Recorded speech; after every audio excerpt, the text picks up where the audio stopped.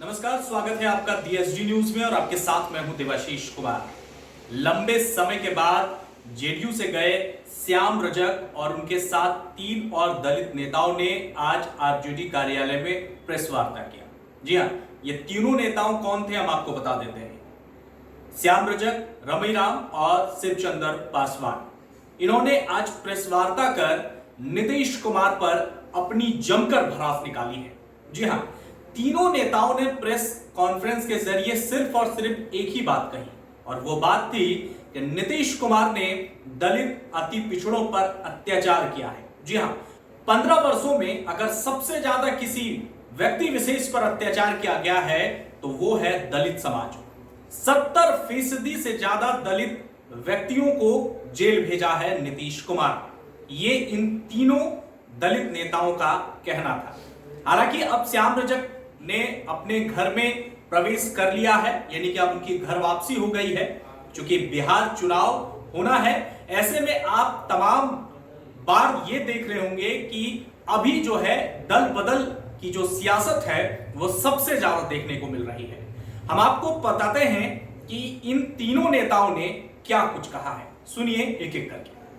जो पहले था कि यूनिवर्सिटी को बैच बनाया जाता था, अब विभागों को बना दिया गया। अब विभागों को बना देने से जो अनुसूचित जाति जनजाति का जो हिस्सा था वो हिस्सा अब नहीं मिल पाता और जो बड़े लोग हैं जो जनरल कैटेगरी के हैं वो प्रोफेसर लेक्चरर बन जा रहे हैं, लेकिन हमारे लोग प्रोफेसर लेक्चरर नहीं बन पा रहे हैं क्योंकि यूनिवर्सिटी जो था वो उसके आधार पर हमारा कोटा पूरा हो जाता था, वो भी नहीं होता था लेकिन कुछ तो हो जाता था। आज उसको साजिश करके बना दिया डिपार्टमेंट और डिपार्टमेंट के आधार पर जो नियुक्ति हो रही है उसका जो वैकेंसी निकल रहा है उसमें अनुसूचित जाति जनजाति का कहीं कोटा नहीं, क्योंकि मान लीजिए किसी विभाग में 5 स्थान खाली है तो हमारा तो स्थान नहीं आ पा रहा है, जनरल का ही हो जा रहा है, अनुसूचित जाति का नहीं हो रहा है, हम उस रैंक में नहीं आ रहे हैं। बैकलॉग की जहाँ तक बात है हमको बताने का काम करें कि किस विभाग में कितना पैसा, सब तो आपने कर दिया प्राइवेटेशन, निजीकरण, नौकरी आप कर दिया संविदा पर नौकरी कर दिया आप कॉन्ट्रैक्ट पर।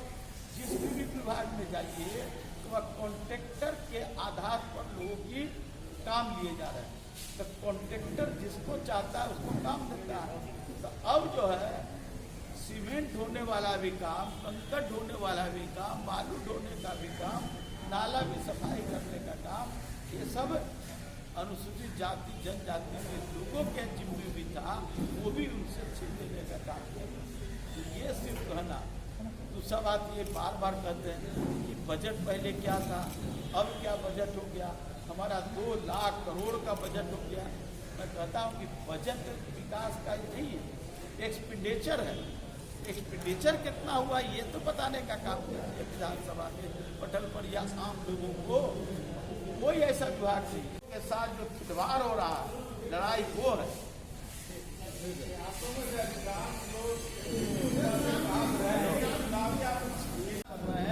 थाना उसका कहीं भी किसी तरह से उनको गंभीरता से नहीं ले रहा है। बहुत आग्रह करने के बाद, आंदोलन करने के बाद उनके अगर FIR ले लिए जाते हैं तो उस पर किसी को अरेस्टिंग, किसी की गिरफ्तारी नहीं मिली। कहते हैं कि लोक शिकायत निवारण कानून हमने बनाया है। कौन हमारा जो अत्याचार जो गरीब है, गुरबा है, अनुसूचित जाति का है, वो लोक शिकायत निवारण कानून में दे पाता है। अगर देता भी है तो उसका कितना निराकरण हुआ है उसका आंकड़ा भी माननीय मुख्यमंत्री जी को देना चाहिए। जहाँ तक शिक्षा का स्तर, जिस तरह से शैक्षणिक व्यवस्था को गड़बड़ा दिया गया, जिस तरह से आज नई शिक्षा नीति आई है, जिस नई शिक्षा नीति के तहत जो हमारे जो दलित और पिछड़े हैं, जो गरीब हैं, वो शिक्षा ग्रहण नहीं कर पाए, क्योंकि नई शिक्षा नीति में सारे प्राथमिक विद्यालय से लेकर के विश्वविद्यालय तक, PhD तक सब अब निजी के हाथों में चला जाएगा। उसी तरह से हमारा बैकलॉग की बात हमारे साथियों ने कहने का काम किया है। उन्नति का मामला 11 वर्षों से लंबित है। मैं माननीय मुख्यमंत्री से करने का काम 2 अप्रैल को विधानसभा में पटल पर शिवचंद्र जी मिले, हम लोग के विधायक लोगों सब लोगों ने बेल में आकर के बात करी और उन्होंने कहा कि 9 शेड्यूल के लिए विधानसभा से हम सत्र में जारी करेंगे प्रस्ताव और लोकसभा से पारित कराने का काम हम करेंगे।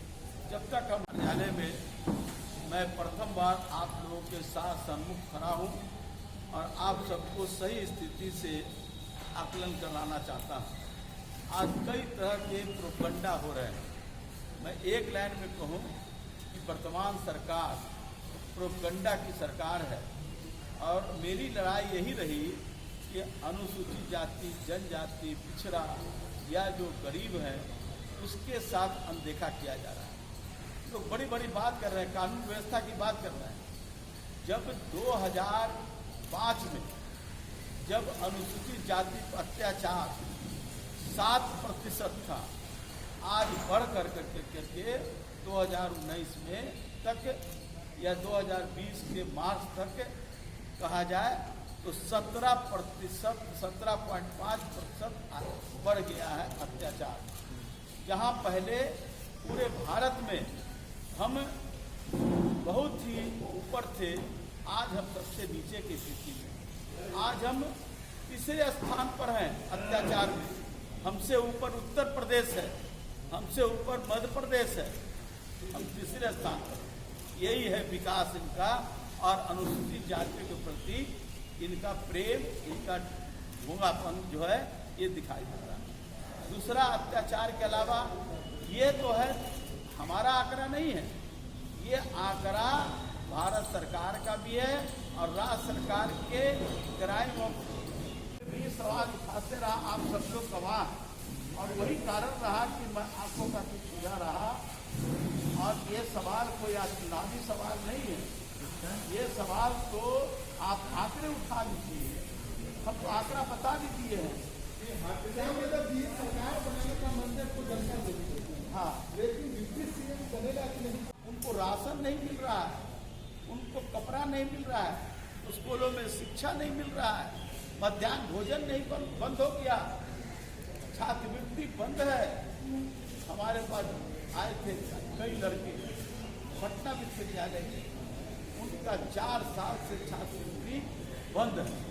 ये स्थिति विकास का कि आप बजट को बता रहे हैं कि हम विकास करें, लेकिन आप उसका खर्च ही नहीं कर रहे हैं क्योंकि पैसा ही नहीं है, पैसा ही नहीं है।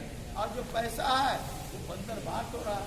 कुछ चंद उंगली पर गिरे हुए पदाधिकारियों के आधार पर उन पैसों का बंटवारा हो रहा है और पैसा को आप निगम और बोर्ड में आप गठन कर रहे हैं। और एक सबसे बड़ा संकट का बात है कि जो संविधान में है कि जो भी आयोग होगा जो नियुक्ति का, बिहार पब्लिक सर्विस कमीशन, कर्मचारी चयन आयोग, पुलिस सेवा आयोग, इस सब में अनुसूचित जाति जनजाति का एक सदस्य निश्चित रूप से सदस्य होगा। मैं पूछना चाहता हूँ कौन लोग हैं सदस्य? न अनुसूचित जाति के हैं न अनुसूचित जनजाति के हैं। अगर आप वहाँ जो नियुक्ति की सेवा में ही जब सदस्य को नहीं रखते हैं तो उनके साथ न्याय क्या होगा? किस तरह से अन्याय।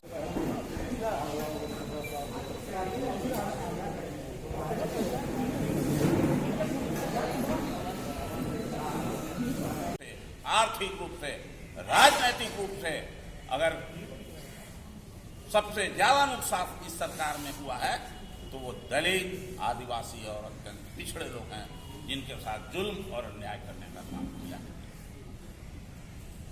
मैं इतना ही अभी कहता हूँ, बाकी हमारे साथी लोग और बोलेंगे। ये सर्वविदित है कि चारों ओर नशा शराब बिक रहा है, लेकिन नशाबंदी केस में अगर कोई जेल गया तो केवल दलित लोग गए हैं, पिछड़े लोग, दलित, आदिवासी लोग जेल गए हैं नशाबंदी में, और सब लोगों को बेघर बार 70,000 से ऊपर लोग जेल गए। जिस नशाबंदी के माध्यम से लालू यादव ने ताड़ी को फ्री किया था और कहा था कि ये जूस है, इस पर कोई टैक्स नहीं लगेगा और लोगों को जब नीतीश कुमार की हुकूमत आई तो इसको उन्होंने शराब में बदल दिया और कहा कि अब नीरा इससे बनेगा। मैं पूछना चाहता हूं कि बिहार के कितने स्थान पर नीरा बन रहा है। ये फेक आई वॉश, और आज की तारीख में 70,000 परिवार के ऊपर मुकदमा चल रहा है। इतना ही नहीं, अन्य केसों को भी मैं जब देखता हूं, एट्रोसिटी एक्ट, जो एट्रोसिटी एक्ट है उसमें जो भी मुकदमे हुए वो किसी में कन्विक्शन नहीं होता। 2% 3% भी कन्विक्शन नहीं हुआ, क्योंकि ये सिस्टम गलत है। SC ST पर उतना ही तरह तरह के एट्रोसिटी हो रहे हैं, दलित पिछड़ों पर वो चल रहे हैं एट्रोसिटी। तो एक एक करके अगर सबसे ज्यादा किसी को नुकसान हुआ, इन्होंने कहा 5 डिसमिल जमीन देंगे। लाखों लाख परिवार ऐसा है जो बेघर बार हैं, जिनके ऊपर कोई छत नहीं है, वो रहने के लिए मजबूर हैं। और स्मार्ट सिटी के नाम में बड़े शहरों से लाखों लाख परिवार को इस सरकार ने विस्थापित कर दिया गया। ये आज के हालात में आ गया। तो छात्रों की छात्रवृत्ति देश में सबसे पहली बार नीतीश कुमार जी के हुकूमत में समाप्त कर दी गई।